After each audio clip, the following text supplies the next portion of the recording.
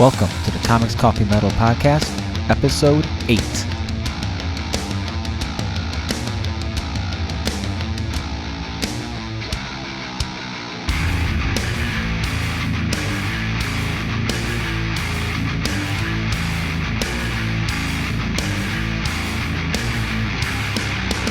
Hello, and welcome again to this week's episode.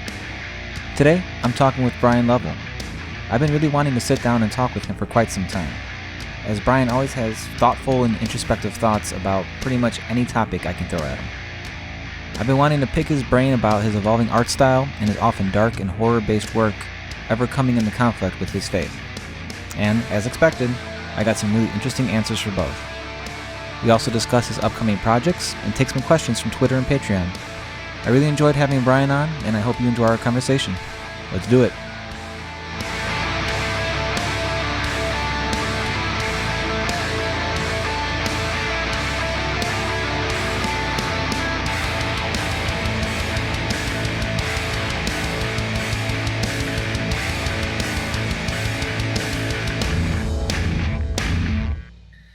So when I first gotten exposed to your work, so to speak, a few years ago, it seemed that you were very much in kind of the Sean Phillipsy, kind of realistic kind of vein. And over the past couple years, especially the last 2 years, I think you've really pushed these exaggerated figures and these just, giant proportions and, big hands, big muscles. But you've also kind of retained like the realness of the washes that you do, which you have fantastic wash work. I'm totally jealous about it. And I was kind of wondering if that was kind of a conscious decision on your end to kind of go that way, or is it just kind of something that evolved naturally?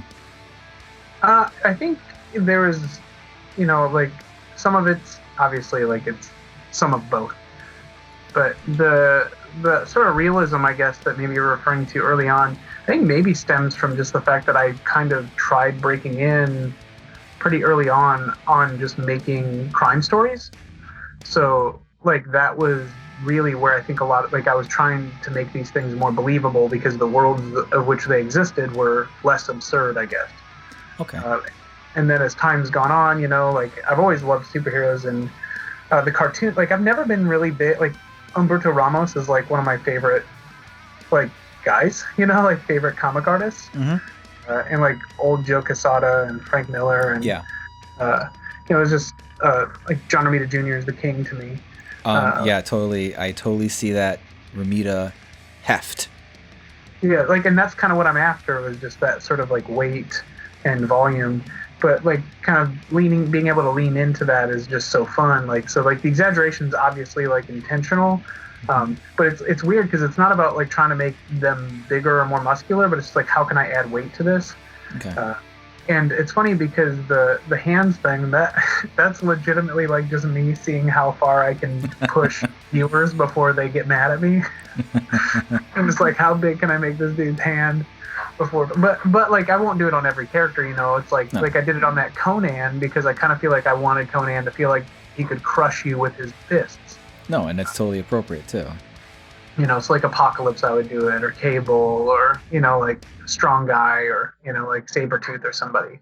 But I wouldn't give massive hands on Wolverine or I don't know, Superman or something like that. Well, maybe I'd give big hands on Superman. But, just not as big, but just a little bit bigger. Yeah, but the Flash, he'd thin him out a little bit. I don't know. There's certain people I'd give big hands to. It's really cool seeing those influences come through, especially the John Romita Jr. one, because that's one of my all-time favorite artists, and your ability now to just give this weight and heft to these characters when you draw them, it's not something a lot of people do. I mean, there's a lot of really beautiful illustrators working in comics these days, but there's just something, when a character, you're this looks heavy, I'm super glad that comes off, because that's kind of the goal. Yeah, it totally does. The comparison I always kind of make to what I'm trying to do with drawing, at least superhero characters, at least, is to kind of achieve the same feel I felt when I played Gears of War for the first time. Oh, okay. which is just kind of like how it felt like everything weighed 1,000 pounds. There's just something about that I really found appealing. And like, I didn't intentionally go, I'm going to make this like Gears of War, but I realized like later, like, oh, that's kind of what I'm after. Like that's a good comparison or whatever. No, that's a great thing to draw from. Especially, I find myself when I'm trying to draw, I'm kind of torn because if I go back to the '90s, like my formative years, my three guys were John Romita Jr., Adam Kubert, and Mark Silvestri. Right. And you can certainly, if you had a Venn diagram, I'm certainly there's sections where they overlap, but there's a lot of sections where they don't. And sure. I kind of think that's where my indecisiveness comes from. When I'm like trying to pull from like what looks right to me. And, it's just, one of those things you have to work through and, just essentially draw it out until you've kind of developed what you're comfortable with and what you're doing. But it's been really cool just seeing that switch because again, like I said, you not only get the dimensions and the figures and the weight, but you also toss in those gray tones and those washes, and it just kind of adds such a different dimension that I think we didn't really see because in the '90s, John Romita would have crosshatched a lot of that sure. stuff, and or these days he would have still crosshatched it, but it's just seeing the extra dimension given with the tones is just kind of like, oh wow, this is like crazy in the best way. And it's kind of like I kind of see what you're doing. Do you know Nate Stockman? Yeah. I kind of see what you're doing as like a bookend to like what he's doing, because he's definitely kind of got like an Eric Larson on like manga steroids approach. Yeah. But he also has these incredible tones he uses, and just like just seeing like you're like on the same spectrum at some points, but also like on opposite ends with like the figures. It's just kind of like seeing you two back to back on the Twitter feed. Sometimes it's just kind of like, wow, like this is amazing stuff, because there's a lot of artists that I can obviously say are very impressive these days, and everyone has that, the artist that they like, that kind of like when you see them, see their work, you're mad at it, but you also kind of like want to like love it forever. Do you watch Bob's Burgers? I don't. Okay. But I from what I understand, it's very good. It is an excellent TV show.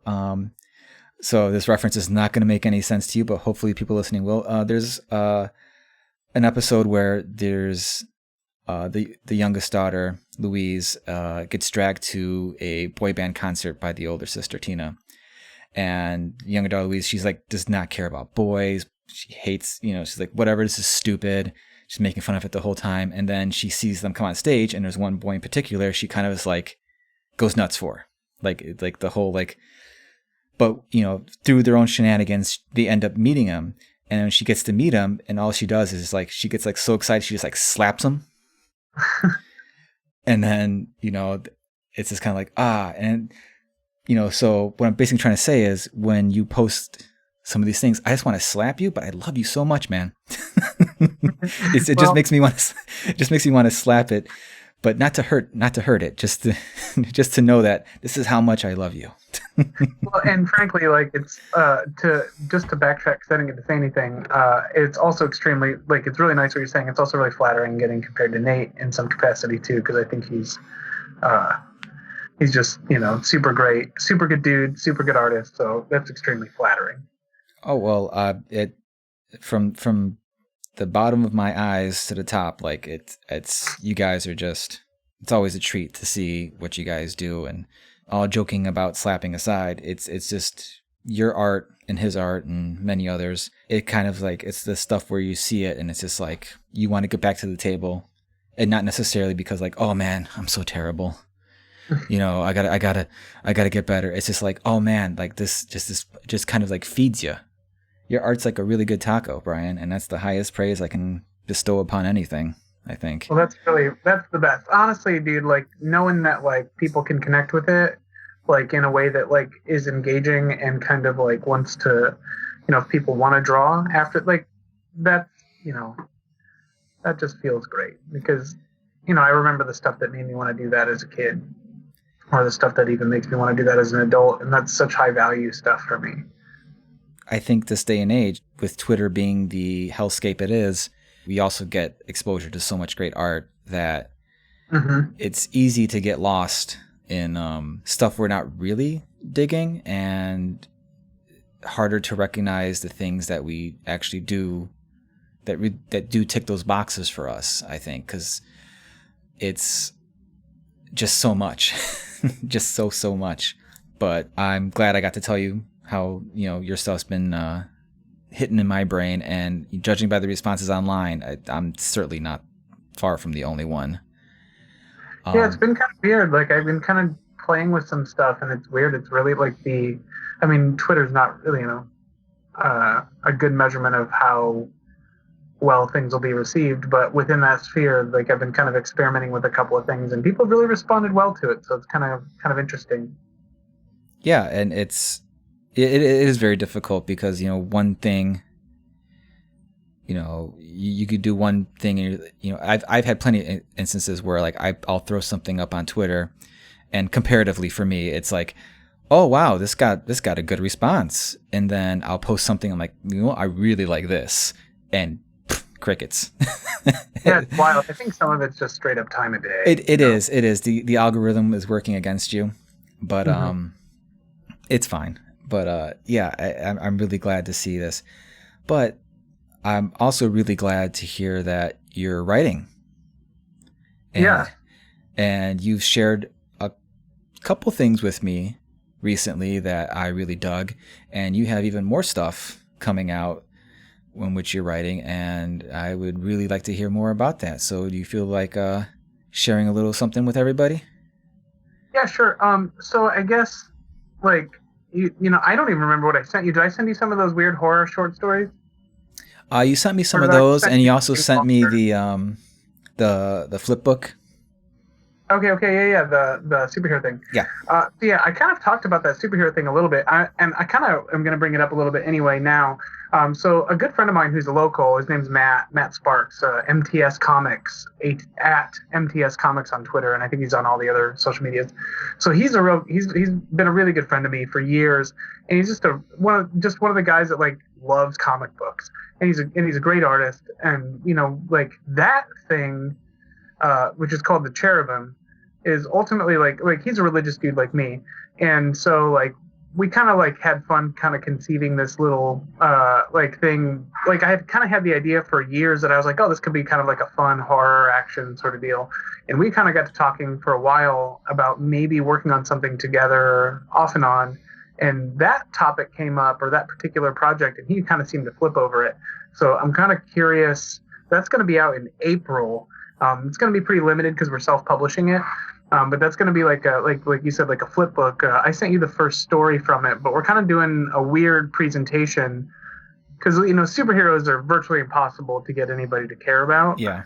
Like, when they're new and not associated with other characters that they love that have been established for like 60 years. But we still love superheroes. And so we wanted to kind of make this new one. So we're doing it to where we kind of want to invest people in the world a little bit. So we're doing two chapters of two separate, like one chapter from two separate stories. So it'll be like, you'll get like part one of one story and part one of another story. Matt's already working on issue 2. So, like, it's not like it's not coming down the pipe. There's also some supplemental material, and we're including some trading cards because we want to, like, maybe put some origin stuff on the trading cards so we don't have to go through a bunch of BS for people, where they just got to read another origin story of another superhero. So we're just kind of throwing you into the action and then kind of supplementing some of the backstory on the trading cards. So hopefully it makes them, like, people want to collect them. It's new art, different art. Like, we're not just repurposing interior art. So we're just trying to find some fun things that can get people stoked about this weird new superhero book that we're doing. That's essentially like pre-apocalyptic, horror with some, like, very obvious religious undertones. It's not like one of those things where it's like, and then Jesus shows up at the end and all was saved. It's not that type of thing. Like, it's very much like Daredevil meets, I don't know, like it's very obvious, like, looks like Daredevil kind of because it's got horns on the thing, but it's like a little bit Daredevil, a little bit whatever. We're kind of pulling from some of the Midnight Suns sort of vibes. Danny Ketch, Ghost No, Rider stuff. and you totally get that vibe, and I really love the concept of putting in the trading cards and giving that as the backstory, because I think something that I kind of miss these days is just finding a comic and like not knowing everything and then having to find out through stuff like that. Because that's, for us, that was kind of our bread and butter back in the day, because you had to dig through back issues to find exactly what happened outside of an editor's note or a mention on a trading card or whatever's in the handbook that they released or whatever. Well, So all those Arthur Adams trading cards played such a pivotal part for me understanding the Marvel Universe. I never had the handbook, but I had the trading cards, and so like I could just read the backs of those cards and learn about Baron Zemo or these different characters that are kind of obscure, Fool Killer, and then you have that card and you're like, oh, like I know something now. This is awesome, and like I want to know more. So it's kind of a cool way to do it. We thought it would be a cool way to do it at least. definitely. But this is not announced now, but it'll be announced by the time you put it out. There's a guy named Andy Eschenbach who's also a local Cincinnati fella, also Fantastic a tattooer. writer. He's excellent writer. He's also a tattooer from Cincinnati, just like me.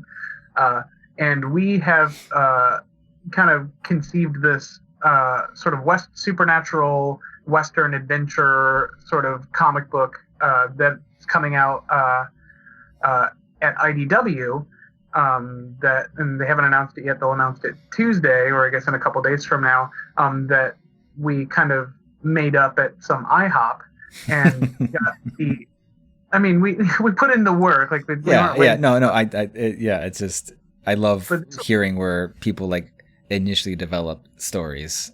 Yeah, it's so stupid. Like you just do it at IHOP or whatever. Like when there's like 4 syrups lined up next to you and you're talking serious about story. It's like the dumbest, the dumbest setting of all time. But like we kind of came up with it there, and then we kind of sat on it for a while, and maybe thought about getting it going, tried a couple different like options, and then we had the luxury of knowing one of, I think, the most talented artists in comics, and just straight up versatile and like crazy unpredictable art style, this woman named Kate Sharon, who's worked on a bunch of licensed stuff, but this will be her first full series that's like a creator-owned thing, like that we all own together, and she's just spectacular. She's at Kate Sharon and at Andy Eschenbach on Twitter for anybody that's listening. But Kate took whatever we thought was cool and just totally made it like 1,000 times cooler. Like I'm looking at a really bloody thing right now that she drew for the book, and it's so rad that I'm so stoked for everybody to get to see it. But that'll be coming out at IDW. That's essentially like about a dude who was killed in a heist, a gold heist that went bad because it's a Western.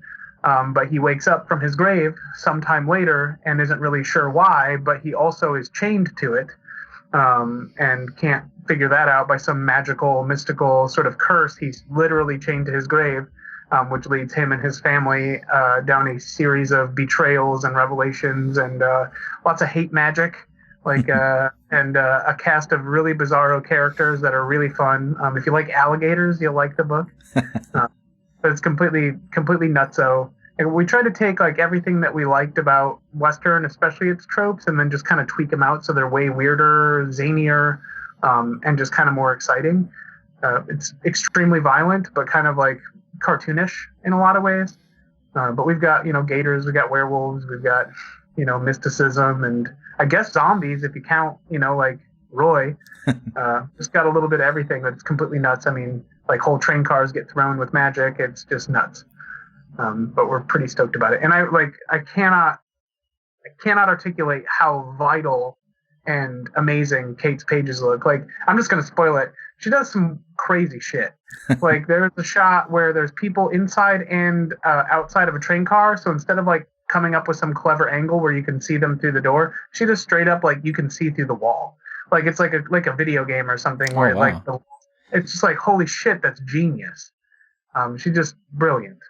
But that kind of stuff just blows me away. So we're so psyched to be working with her, and that'll be at IDW. Like, they were awesome enough to kind of gamble. This will be Andy's first published like series writing and mine too. So they're kind of, I've been published as an artist, but all the writing I've done has been short stories. Same with Andy. So we're really, really kind of grateful for IDW to kind of give us a shot, and they've been, they seem to be stoked about the scripts and stuff. So we're pretty hyped. Awesome. Yeah, I was introduced to Andy, I think, on CincyCon 2015, I think. Sounds right. And everything, every time I see him and he's got something new, it's just it's kind of jarring, like how good his stuff is. Especially his the most recent one I read was the Angels Just Want to Wear My Red Shoes, I think it is. Yeah. Which is a crazy title in itself. Yeah, I mean, Andy's a lunatic. It is, but his stuff, you definitely seek it out.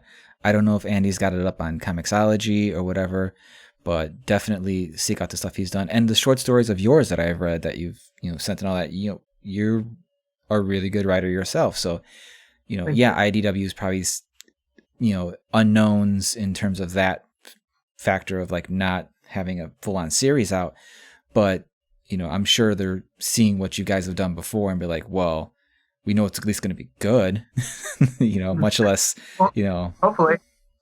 And seeing some of Kate's art, the snippets that she's put online, now that you've mentioned those things, I'm like, oh yeah, I see the little snippets were from that, and that stuff does look crazy. And the character designs you showed me on this this cover you're doing, it's just like I am full on in, and I'm really excited that my buddies are making awesome comics that I get to read, because it's just extra icing on that cake. Yeah, it feels kind of weird too to be from this position of like person who wrote it, because that's never been a thing for me. So it's kind of been an interesting, I guess, I don't know, whatever you want to call it. Like it's an interesting transition, because I've never. It's a different type of stress that you end up falling under. I actually in real time just sent you the page I was looking at. That is bananas. Isn't that crazy? Oh my god. Sorry guys, you're just gonna have to read the book. Like this makes perfect podcasting. Me going gaga over a page that you can't see yet, but you will want to see this. This is nuts. That is gorgeous. Yeah, she's amazing. It's got to be wild, because again, your art style is your art style, and when you're writing, I don't know if you're envisioning your art style portraying this book. Not. Actually, I'm not. Okay, so because the few times I've tried to write for other people were not successful in that I couldn't just get myself out of it for when it comes to the depictions and all that. Not to say that, I felt whoever I was going to give this to would have done a lesser job, not by any means. It's just getting over that barrier. So I was wondering if you've had any struggles like that, but it sounds like you're already thinking, Kate's art on this. Well, I don't even think in Kate's art when I write either. That's kind of but it's like even when I'm writing for myself, like I don't picture in my own art style. Okay. It's just weird. Whenever I write, like it always comes out as like when I'm like I usually envision camera angles. Okay. Usually, but I don't always write them down. But it just kind of helps me like get the things in the frame. But it's kind of a weird, or I guess panel, like depending, how you say it. But it's almost like I'm just looking at ghosts. They're like these sort of vague shapes where I know like there's a head there or like a hand there, but it's just like it's kind of weird. Like, and it's always been that way for me. Okay, so you're kind of thinking in thumbnails, essentially. Yes, very much so. Okay, that's a really good way to put it. Maybe I need to readjust my thinking, because there's a couple things where I know other artists can really breathe a different, more appropriate life into something I've been writing, and it's just like kind of like maybe that's the approach I need to take now and think about, and hopefully I'll be able to detach myself from it and get some of that stuff done, because I'm really wanting to kind of branch out from that, from just art, because I have to imagine that getting pages in is like the best feeling in the world. because you're like, oh, here's a story, awesome story being told, drawn like awesomely, and I didn't have to do it. It's the weirdest feeling too, because like when you like you said, it's funny that I'm like, oh, it's kind of like Ghost, like, which is like the most dumbass response I could have given, and you're like, well, like thumbnails, like an actual practical a practical response. Like because I'm only thinking in such vague ways, like to see it come back is like it's extremely alien and really satisfying in a lot of ways. I haven't done a ton of drugs in my life, but I feel like that's like kind of like, oh, I forgot that it felt this way, but it's like every time, you know what I mean? Like every time it's like this new, like you're kind of almost drunk on this weird thing that you had a vague idea that became extremely concrete and you had very little to do with it. Well, that's awesome. Again, I'm really glad. This book sounds killer, like, and it looks awesome, and I'm sure once it's formally announced, we'll have release dates and all that. And what's the title again? It's called Chained to the Grave. Chained to that's. You see, that's an amazing title too. Thank you. It was I can't even remember which one of us came up with that, but we'll just all three take credit. Matter of fact, we should all three take credit individually so we can have really sweet infighting. Oh, nice. That's the plan now. So yeah, that's the next thing coming down the pipe. I do have a couple of other things that I can't really get too far into, but this is not the sole writing thing that I have going. So I hope that if people like it, I've got two other things that are not quite like it, but if you like what we're doing there, hopefully you like the other stuff. Awesome. Well, right now, I had asked on my Patreon and on Twitter for some questions. So if you're feeling up to them, let's go through some questions. Yeah, I guess right now I'm just wearing a hoodie and some pants and stuff. So for anybody that wants to know what I'm wearing, that's what I got going on. That's about 50% of the questions. I know. So there you go, folks. Okay. Dave Acosta at Dave Draws Good asked if I can have his hands. Now, I don't know what Dave's planning to do with your hands. I would assume for some sort of intimate purposes, but let's assume, for drawing, and not to go out of line on the first question here, but Dave, you don't need Brian's hands. You're an amazing artist yourself. So, but if you did have... Dave's an amazing artist. But I do know Dave well enough to know that he actually has really bad plans for my hands. Well, then I guess your answer is no. When he wrote that, like, I saw it on Twitter or whatever, and I legitimately was like I read it as because like when you asked me earlier about like the big hands, can you have the big hands? Yeah, I was like, oh wait, that's not what he means. And our previous guest, Joe Mulvey, has a whole bunch of questions for you. So let's shotgun these bad boys. Yeah. What is your dream book to work on? I mean, like number one, outside of just my own stuff, like something that people would know, is that kind of, I guess it's open-ended. I would say I would assume that your own stuff is always like your dream book. So I guess what, like, IP? Yeah, well, as far as dream books go, if my own stuff's included, I'm already working on that. Y'all don't know about it yet.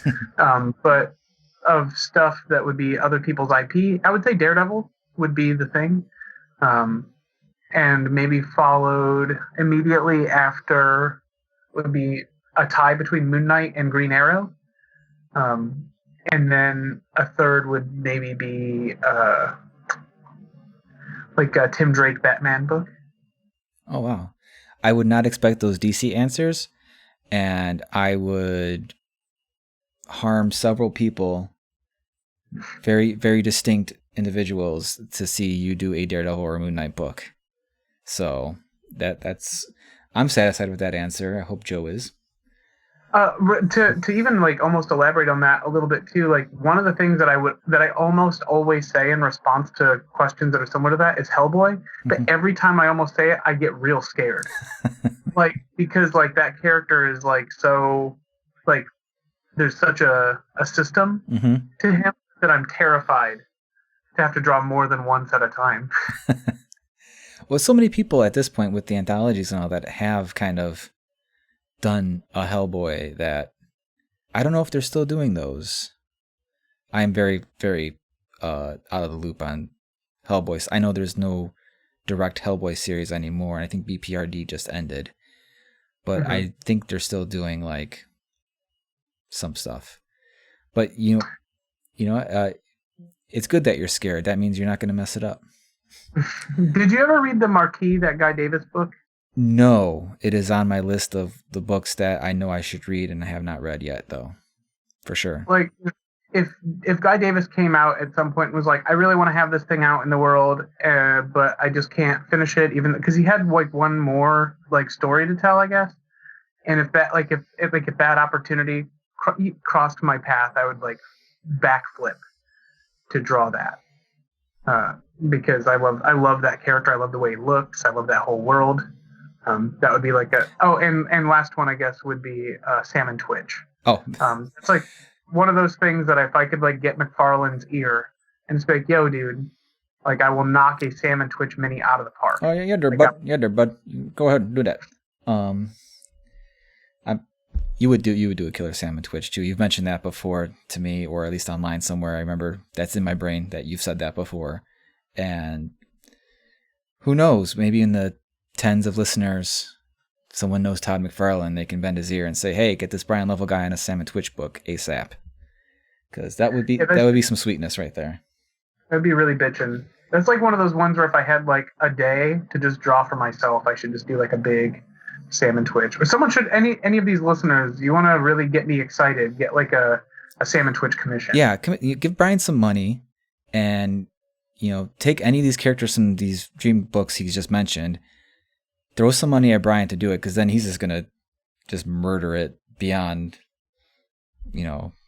anything he's done so far. That's a guarantee. I'm setting really high standards for this right now. Oh, and Joe asked an extremely simple question, and I'm turning it into, hey, get a commission from me. Why don't you? Hey, got to hustle. Next question is, who are a few of your dream collaborators to work with? Oh boy. Feel free to give this one a pass, because if you don't want to like alienate anybody, even though that wouldn't be the intent, because I think we've all been in this position where it's like, I don't want to forget anybody. I don't care. Okay. Like that's on them if they take it personally. Yeah, fuck all y'all. If I pick like 3 people in the world I want to work with, like it's kind of crazy to like take umbrage to not being on that list. I would like Dave Lapham is like I would say Dave Lapham, David Hine. And oh god, it's got to be another David now. I know it's got to be another David. You're right. Reminder, I would say Rick.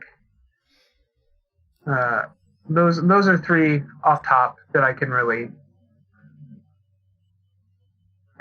like. There's like, I mean, it's funny because I could probably name like artists I would love to write stuff for too. Like, I would love to write something for Riley Rossmo. Oh yeah, that would be a extra insane thing, I'm sure. Yeah, there's no way it wouldn't be completely crazy. But like that's kind of like the list of people I would say. Okay, I think those are some great answers. Next question is, well, this is more of a existential question, is why are you so dreamy? Well, that's up for debate. So I guess that's like the better question, I'll return it to Joe, and I expect a tweet on this, is why does he think I'm so dreamy? That's an excellent retort there. And Joe, we will be expecting a response, otherwise you'll be shamed off of Twitter. I expect which is impossible because you have no shame. I expect a sonnet. I want a sonnet in my DMs. With Joe, you're going to get a limerick. That's what you're going to get.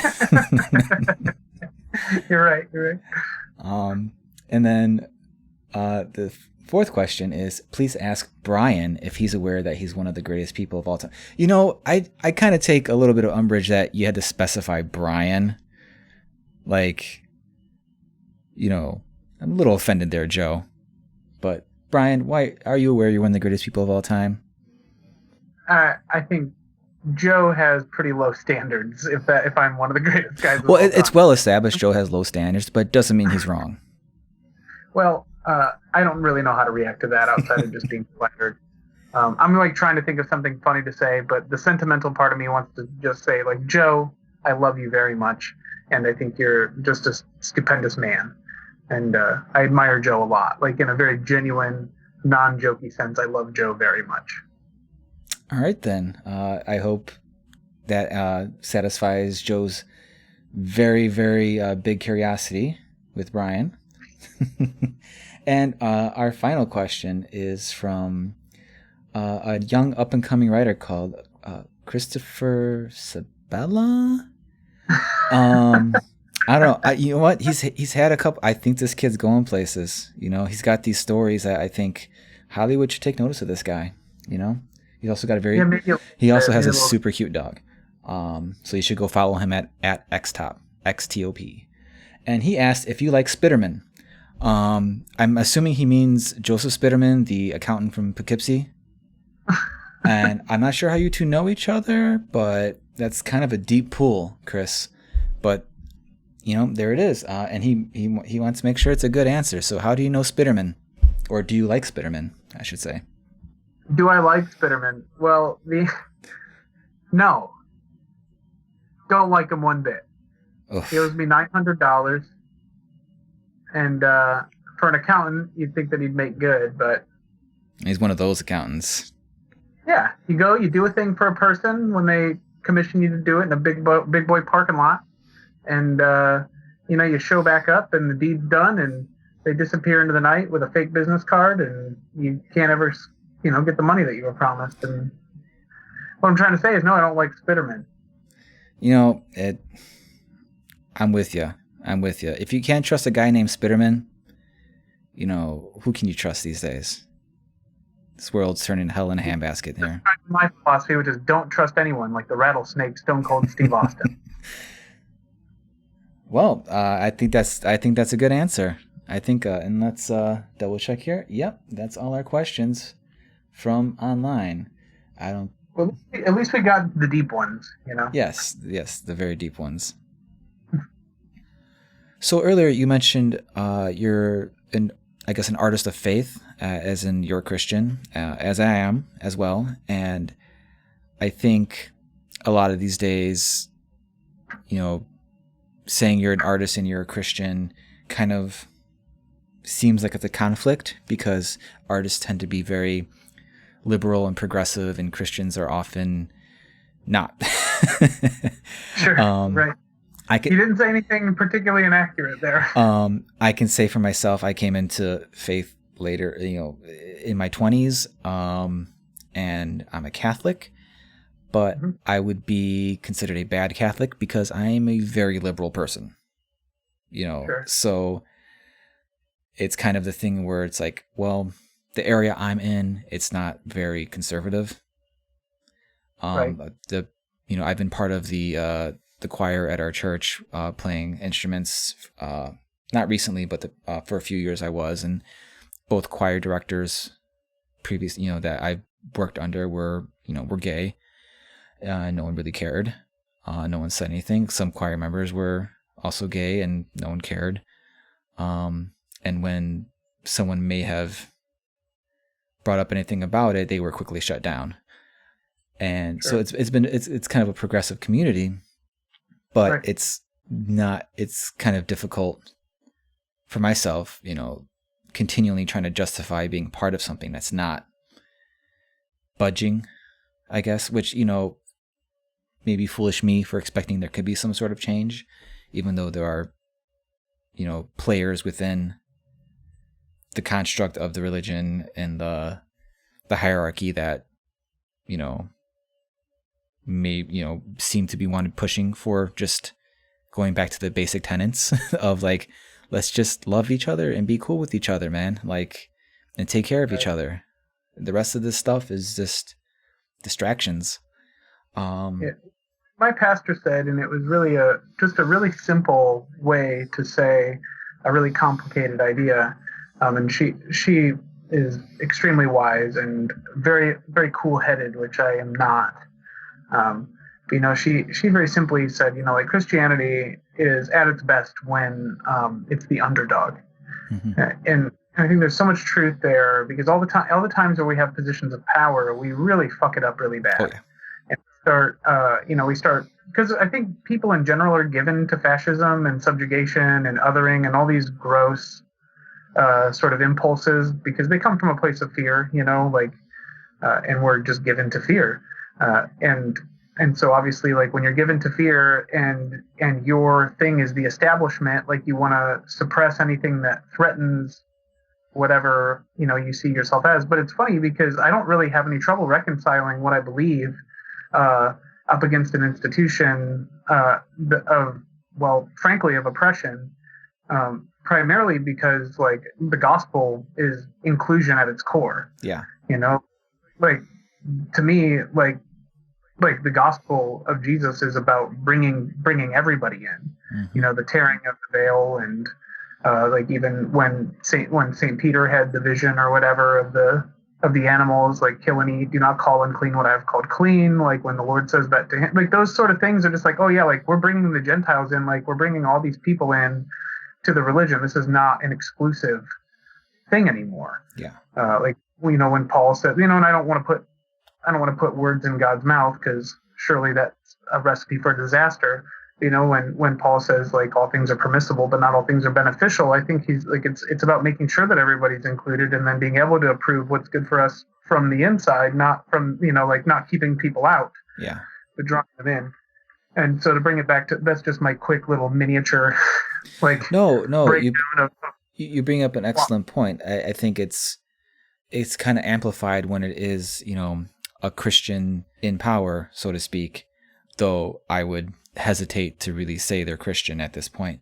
But the human nature of just power corrupting and people wanting to, out of fear, say, no, I'm right, you're wrong. This thing I have is the right thing, the best thing, as opposed to like inclusion, which is like just seems so scary to some people, I think, but it's like, no, man, you have to realize like that's what it's all about. This is like we're all in this together. well, And like if you're a Bible literalist, right? Like let's yeah, just start off with the premise that you're a Bible literalist, and you believe that God made Adam from the soil, and that Eve came from the rib of Adam, and so like let's say you buy that. Well, then you come to the second Adam, or Jesus, who was born of a virgin birth from a woman first. Like the patriarchy is gone. yeah, Like when like the thing gets flipped, and like when you think about it in those symbolic terms, or literal terms, whatever, like what that means and what you carry forward, like that, like once again, like it's destroying these sort of like structures of oppression, not emboldening them. Like when Jesus stands in the gap between like a sex worker and people with stones and calls them out as being no less sinful than anybody else. Like those things I think are important to me, and those are the things that kind of keep me from trying to be judgy or crappy, or keep people from trying to know the love of the thing that the Jesus that I believe in, and that sort of eternal uncreated Christ or whatever. But whatever, that's I feel like I could do this all night, and I don't think people really want to hear this stuff. Outside of if you want to hear anything from me, especially if you have an aversion to religion, or an aversion to Christianity or Hertz or whatever, like I am sorry. no, and I totally get it when people are like, what? No, like when it comes to religion or Yeah, Christianity, like no, I trust me, the line in the sand between me and you it's not as big as you think. Because right. there's definitely there's days like I think yesterday was a day as well, like where I'm like, why am I participating in this? Like when it just seems that it's just full of hate and trying to just tear away people and just, keeping people like, as Christians, like, just, I'm just going to bring, the what's going on at the border right now. Like, Right. as Christians, like, how the fuck are we cool with this? How? Yeah. How do we say, like, no? Like, because our country, like, the country doesn't mean shit. Right. Our country is nothing before, loving each other. And and I understand in the political aspect and the safety aspect, there needs to be some sort of regulation or something like that. But what's happening now, that's not. This is just cruelty. This is cruelty, and like it's fascism, and it's sickening. And it's hard for myself to try to align myself with an institution that is just not caring or not doing enough, or is pushing a political agenda, or pushing a certain political party just because of abortion or anti-abortion or all that, when the current political party in power had 2 years of like just unwavered, like, do whatever we want. Hey there, Don from the future here. Coming in to clarify something, as Brian and I are talking about something very serious, and I want to make sure I'm as clear as possible on my views. I am 100% pro-choice. The fact that women do not have full rights over their bodies in this country is an absolute travesty. And my only stance of being against abortion is that I feel we need to look at the source of why people feel they need to have abortions. If it's due to lack of affordable birth control, or if it's some other sort of systemic thing that they feel like they cannot continue with the pregnancy and have the child, I think we need to address those things. So I hope that clarifies what I was trying to say. Obviously, this is not a black and white subject. There's lots of gray area, and I could go much further into things I believe and things I would like to see happen with all this, but ultimately, this is the point I was trying to make. All right, back to the show. And what did they do? They didn't call out abortion. They didn't stop all abortion. Whether you're anti or pro, that's not what this is about. It's just like, that was their agenda, that they got all these Christians to like, no, they're killing babies. And what did they did nothing. They just, lined their fucking pocketbooks. Because that's all they care about. Sure. And this is far off. But if they cared about babies, they would do things to take care of babies. They would try to do fuck women. Yeah, it's life doesn't end at conception, like, and this isn't, so, people ask me, oh, are you pro-life? Or I'm like, well, I'm pro-life in that we should take care of the people that are living, and we should take care of those. And, when it comes to a woman seeking abortion, it's not like, oh, she can't have it, or why does she want, it's like, what are these systems in place that makes her feel like she's helpless?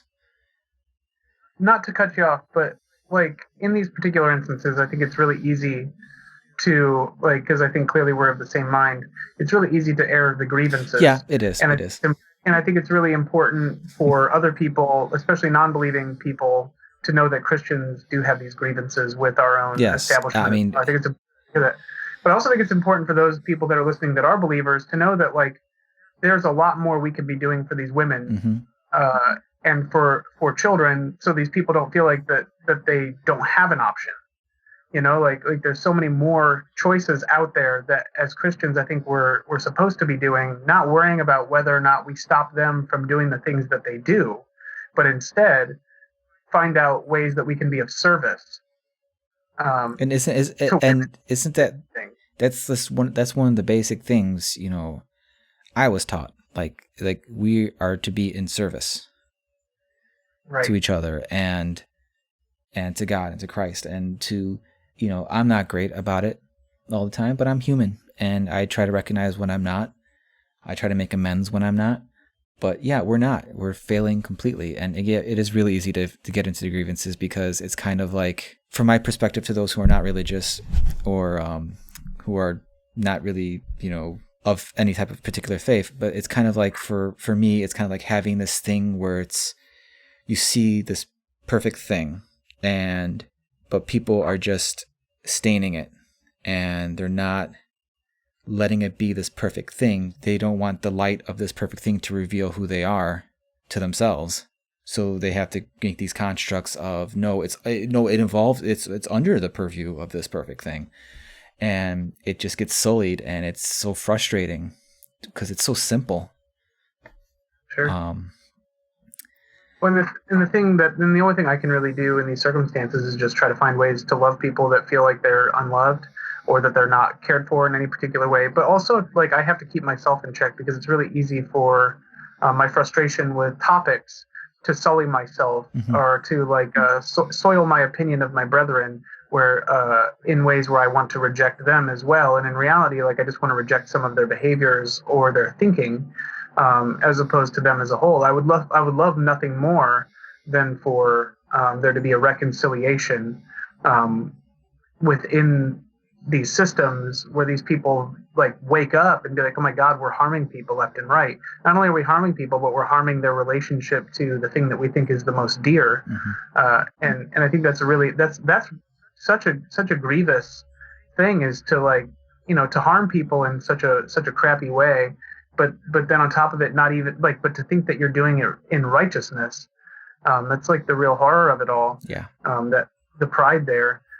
Yeah, pride is the biggest curse of mankind, I think. And I have it too, like. Well, we all do, but that's why we have to, we have to exercise, humility and be humbled from time.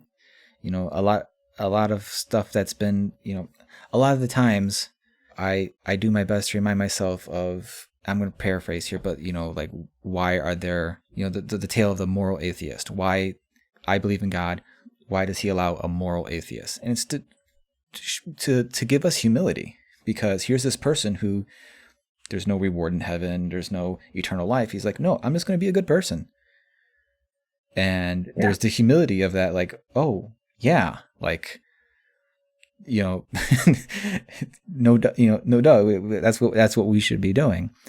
And I do my best to remind him of that when I get too far down a rabbit hole with pessimism, because that seems to be my natural state that I constantly fight against, and it's difficult sometimes. And I think it boils down a lot just to pride, and not necessarily pride in the pure, in the regular sense of like, oh, I'm better than you and all that. It's just not recognizing your own bullshit before everything else, I guess. Sure. Well, and what you're saying about like, it doesn't matter. I was ultimately going to articulate like there's nothing like what us talking about this and having like pride about like maybe feeling like we have something more figured out than another Christian or whatever. Like, yes, that's still wrong. But like on a just straight up material world end, like it doesn't cause the same kind of damage and pain that some of these other things cause. And so like it always comes off like almost disingenuous when you're like, well, I have my stuff too, but they do big, and it's just kind of like, I don't know, there's just so much of this that becomes complicated and ugly. And really at the end of the day, all you can control is what you do. Yeah. And what you yourself are engaged in. And ideally, like, hopefully that kind of works as a beacon or a boon, like when you're kind of ideally behaving in a way that's, kind of demonstrably good by any general or universal consensus, is if there is such a thing, and try to operate in forgiveness and, be more Christ-like or whatever. Yeah. I think it's funny that we're talking about this. So more of just a straight up philosophical discussion on our relationship to the church. It's almost going to have to be like a special feature. Well, we got the good, the comic stuff out of the way in the beginning. Everyone can skip past this if they're not interested. But to kind of, rein it in a bit, because, I'm perfectly cool ending this discussion, the philosophical discussion on what you just said, because I think that kind of puts it all into a nice little nutshell. But have you ever found where like the art you want to produce conflicts with maybe something in the way you feel about your faith, or maybe that because you've done some weird shit, dude, and it's great and I love it, but I'm kind of wondering, like, is there like, or do you just kind of like disconnect because art is art and it's coming from within in the soul and you just got to get it out? Yeah, I was just wondering if you had any kind of like conflicts internally there or anything like that. So I guess yes, all the time, like almost 100% of the time. Wow. Like it's bad, like it's really bad. Like a lot of the stuff that I make is nothing short of depraved. Like, and I don't say that to like as a positive, but like it genuinely concerns me, the things that I'm making. Not because I'm afraid. Well, that's not even true. Yeah, I'm afraid of the stuff that I make, like in an extremely legitimate sense. And I try to believe that I don't make it out of compulsion, but out of some sort of abstract sense of duty that like this is what I'm kind of made for. And people respond to it, and it hits them in a very real. It's funny because I make extremely surreal, non-realistic fiction. Like it's definitely not logical. Like if you've read some of those shorts, like they're extremely abstract. But for some reason they like resonate with certain groups, and I just kind of have to like have a certain amount of faith, like that those things are doing a good work, despite the fact that they feel extremely bad when I'm making them and when people read them. And I know that's like seems contradictory or some sort of paradox, but like I hired an editor for one of my books that no one's read yet, and like he could probably attest to at least 2 times, maybe 3 times, I've called him either on the verge of tears or kind of having a meltdown because I don't know if I should I don't know if I should make this thing. And that's probably like, one part me being some sort of issue, like some emotional or mental, issue. But the other part of it is just, there are things that conflict with my faith in my work a lot, like a whole lot. And it's not, but like, it's kind of like I saw Scott Derrickson say one time, it's like a morality tale viewed through the negative. And I think that that's kind of the best way to describe some of this stuff is like the heinous shit. Like if you read it, like I'm certainly not delighting in it. But there is like a weird dark comedy through some of it that I feel uncomfortable with, but I feel like almost endears the reader to the work, not to the moment. That I don't know. There's just like it's extremely conflicted for me. I'm speaking really vague right now, and so I'm sorry to anybody listening. It's not vague. It's actually it's very kind of like enlightening to me hearing this, because I've had my own struggles with trying to tell stuff and I guess not getting too weird, but I also I see where you're coming from, because your stuff, it can be viewed as abstract, but it's coming from a real place. And seeing, use the analogy, morality tale through the negative, as a negative, or through the negative, I guess. I totally get that. I think that's what's resonating with people, like myself and others who, read your stuff and are like, it strikes the chord within them, because there's a feeling of, I've had a lot of stress and difficulties, this past year or so. And something I kept telling my wife was like, the only way out is through. Mm-hmm. And it kind of feels like with your work, that's what you're doing.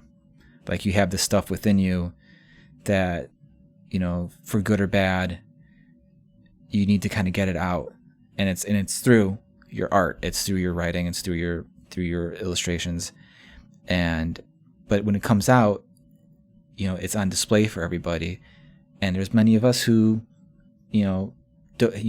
probably feel the same way about certain things, or it strikes a different chord with us, but it brings up something within us that we can connect to, and through that darkness and all that, kind of go through that as well and come out the other side. Well, and it's kind of interesting because me making this stuff is extremely masturbatory. Like, there's no part of this that's for the audience. That's all art, though.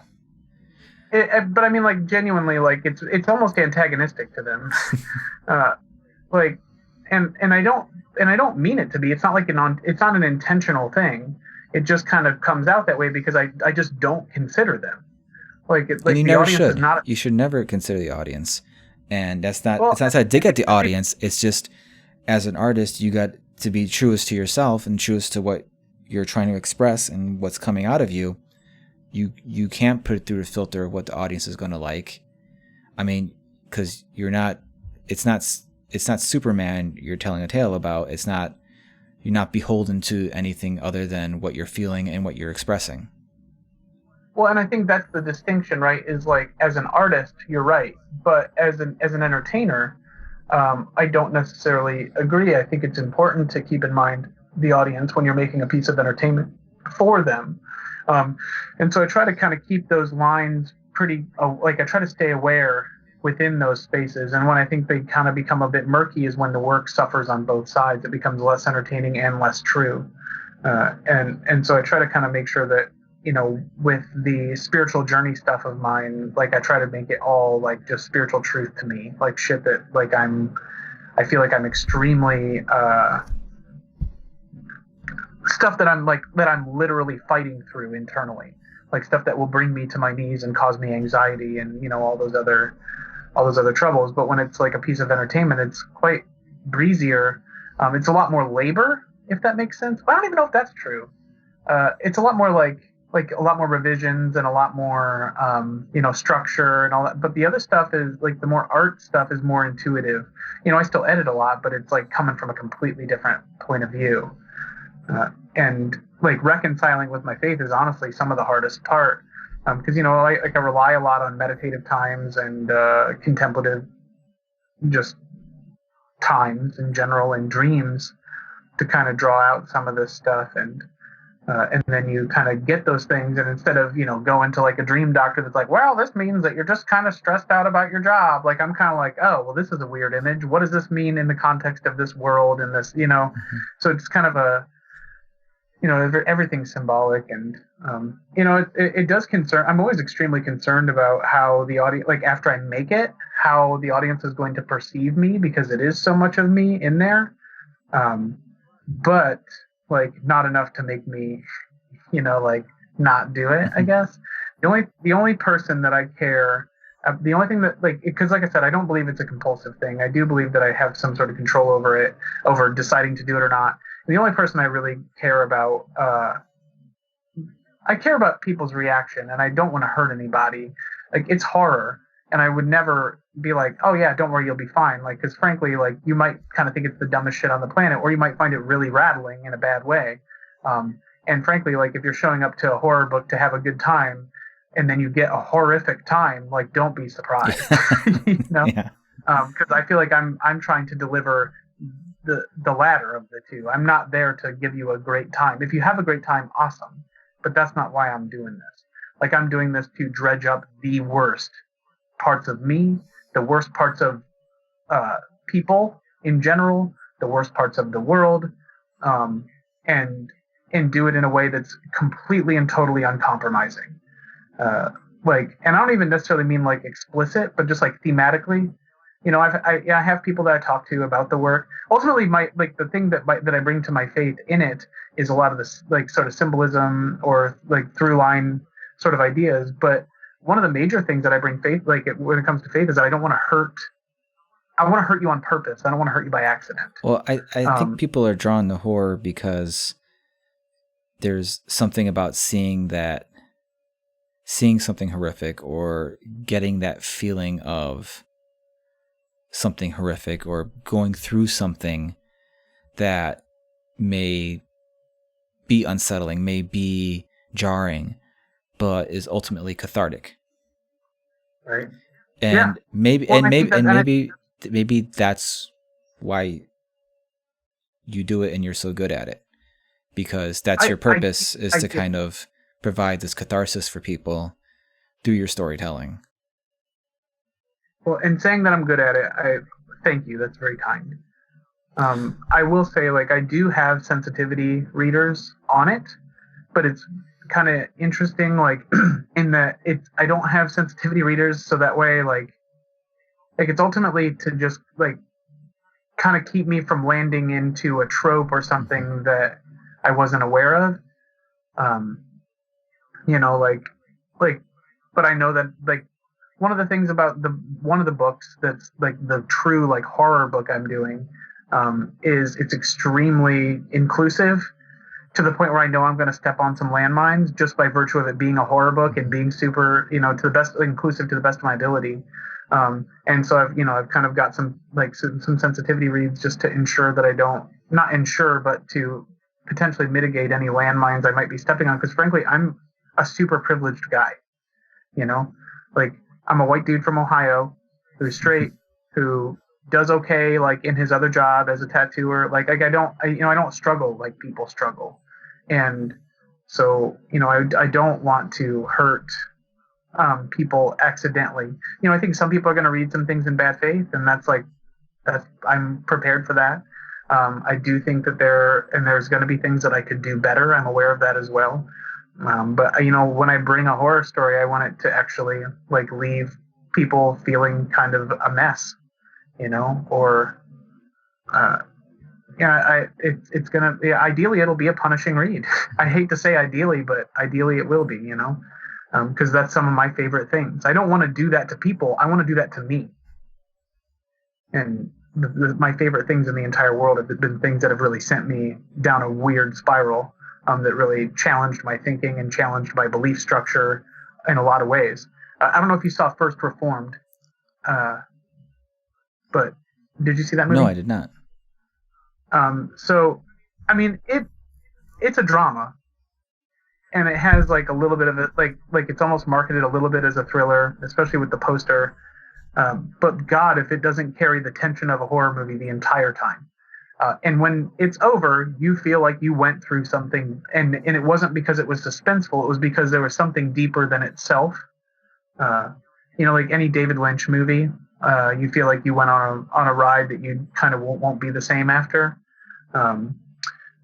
There's just certain people that kind of invoke that kind of dread. Some Nicholas Rogue stuff, and like that's what I want to do with my work, is kind of make people feel like, I don't want to give people a good time, which is rude of me.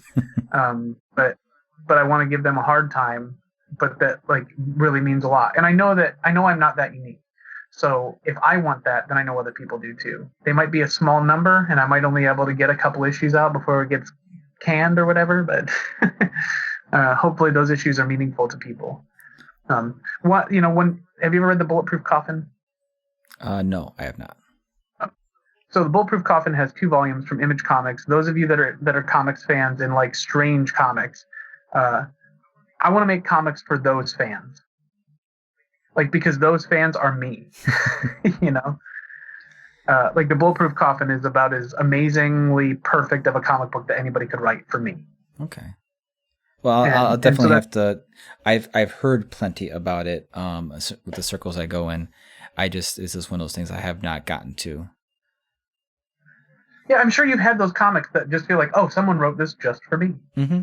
Like Bulletproof Coffin's that way for me. Stray Bullets is that way for me. We3, like, someone tells me, like, I'd been out of comics for several years, and this is, early aughts, like mid 2000s.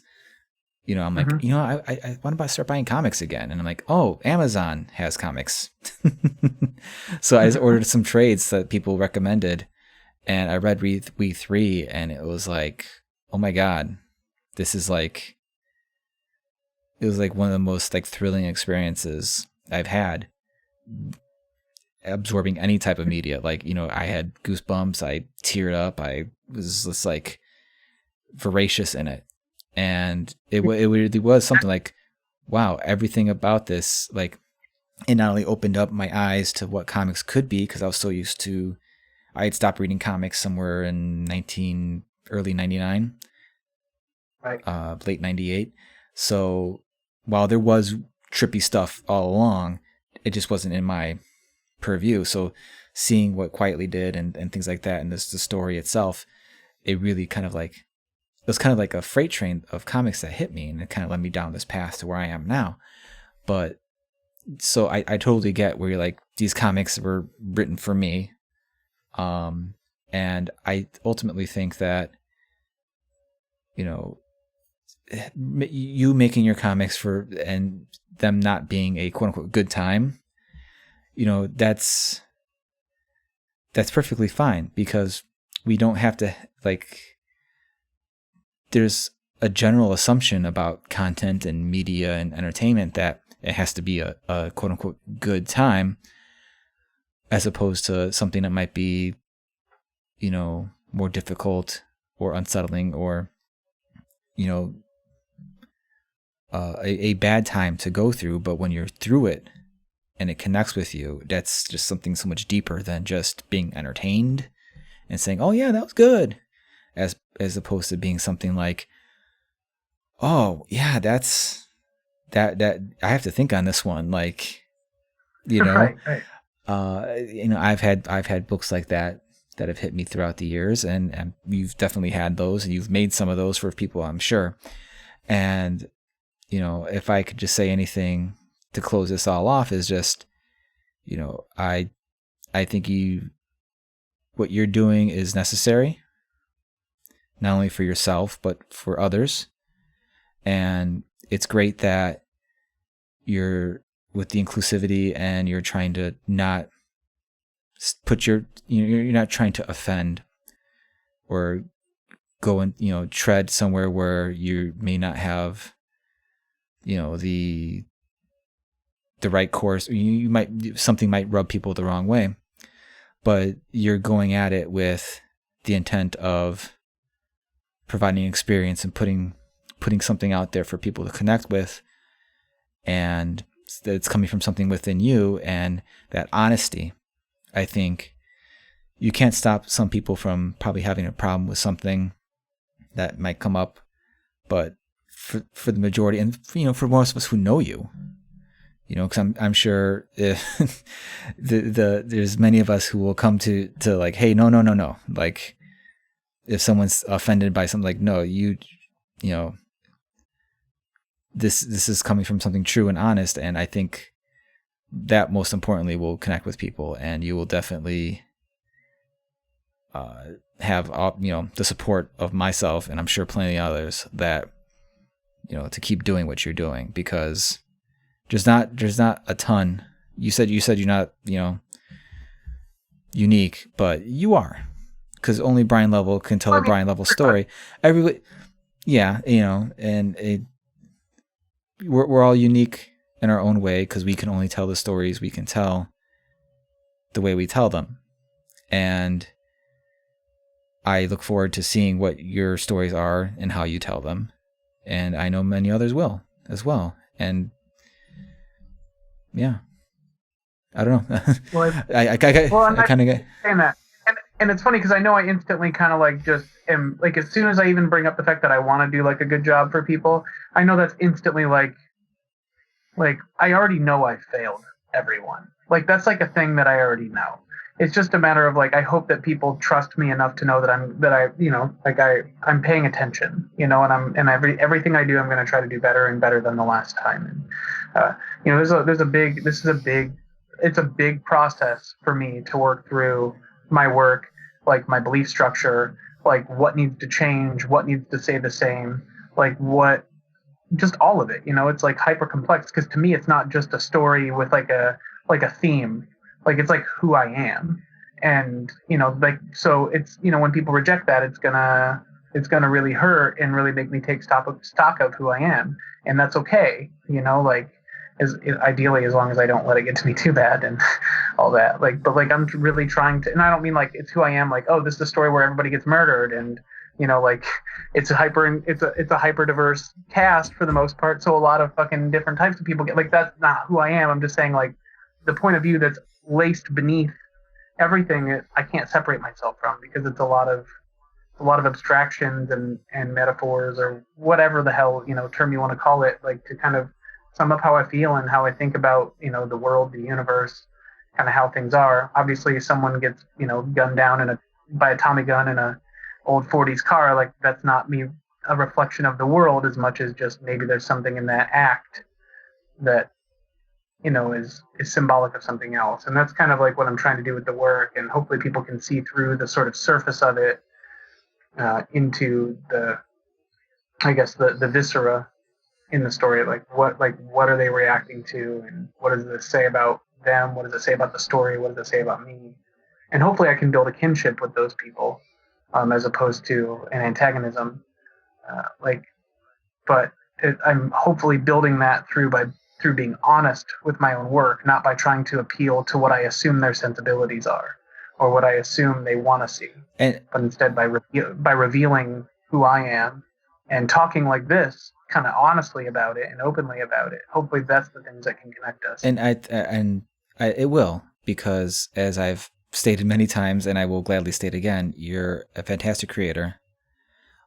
Your work is honest and forthright, and it's coming from a place of honesty, and you're not talking down to anybody. So even if there's something that someone could potentially view as problematic, you tell your stories in such a way that comes through. And I think it's not something as prevalent as we think it is these days with creators. And I am, for one, excited to see that there's a lot of Brian Level stuff coming out in the future, and I can't wait to read it. And I know a lot of other people will be floored by what you're going to be doing, and I hope you're proud of it. You deserve to be, and don't beat yourself up too much about it, because honestly, you are doing comics good by making what you make, and I firmly believe that. And I thank you for being so open and honest with me in this discussion today. I really appreciate it. And I hope you're right, man. I hope that when people see this, like, they don't just be like, God, this guy, what I want people to know is, like, that I do care. And though I make pretty careless worlds, pretty pitiless places, that, that they can find the pieces of love in there and stuff. And with that, I think I know why Joe finds you so dreamy. Brian? No, that was a great Thanks for coming on.